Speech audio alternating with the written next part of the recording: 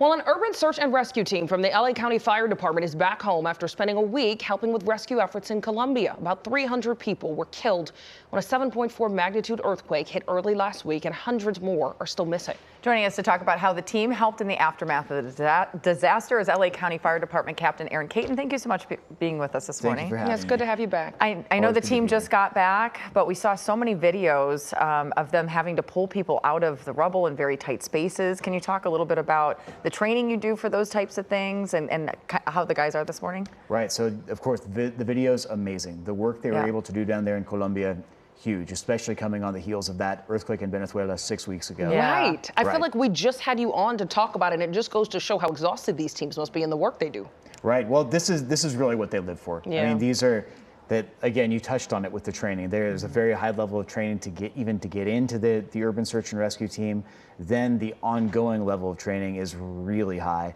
And then, of course, the most intensive training they had recently was that deployment to Venezuela. And that's what made them such an asset on this, that they are the current world expert in extricating people from buildings in situations of structural collapse. Yeah, and they see so much death and destruction, but I know when we talked to you last time, there's also those glimmers of hope. Can you talk about some of the stories you saw that really spells out why they're there and how important the work it is they do? Well, this time they were really fortunate, right? Because when they went to Venezuela, and estimated it was like 80% of the buildings in the La Guaira state they were in collapsed, versus in Colombia, it was far, far fewer. Okay. And so it was, I want to say 66 buildings collapsed completely, and then others with partial. So they were able to do a whole lot of good work. I'm sure you guys saw some of our videos and pictures that they were there as a 10-member team, so a different capacity than when they deploy as the full team with all the equipment and the jackhammers and the saws. This time they were there to support the domestic response. That's what the Colombian government requested. But still, support. It's not a Zoom call. It's getting in there in the rubble piles and saying, "Hey, shore this here, cut here," and so they were able to do a whole lot in terms of that. Yeah, we're talking about two really big earthquakes between Venezuela and Colombia, and what you just said about the buildings is so fascinating. Are there things that they were able to learn, the differences between these two earthquakes and how we could apply it here potentially if we do have the big one? Oh, every single time, right? That there's no training like going out and doing it for real. And then Colombia, Venezuela, they're two countries that are similar. They have a very similar looking flag right next door to one another, but they've been governed very differently, especially after over the last 25 years, different building codes.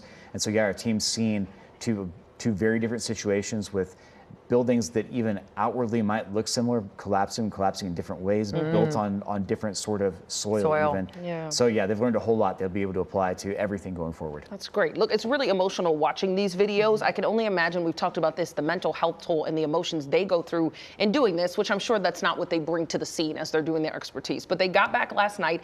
Tell us what stories they told you that kind of stuck with them and how they're feeling.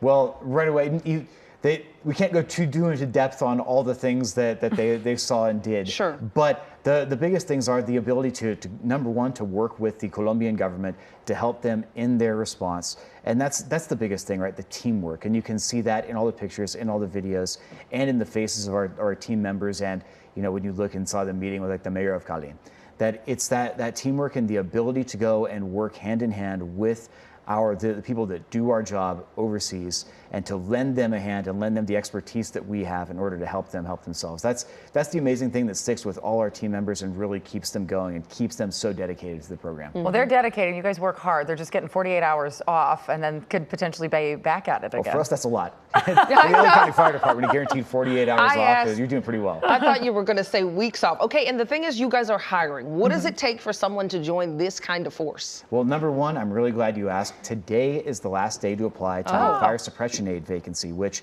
that one, it's not as well known. Those are our hand crews that are out on fires. They're the general purpose Los Angeles County Fire Department workforce. And it's also the one that has the lowest bar to entry. If someone's out there watching today and you say, "Hey, you know what? Like, that looks like a cool job. I would love to go and be swinging a tool on a fire, flying into a fire on a helicopter," then submit an application. Today's the last day. You will not regret it. And then also soon we have opening up firefighter trainee, which is to come onto our side, which is well, I would say urban, but we're an all-risk department.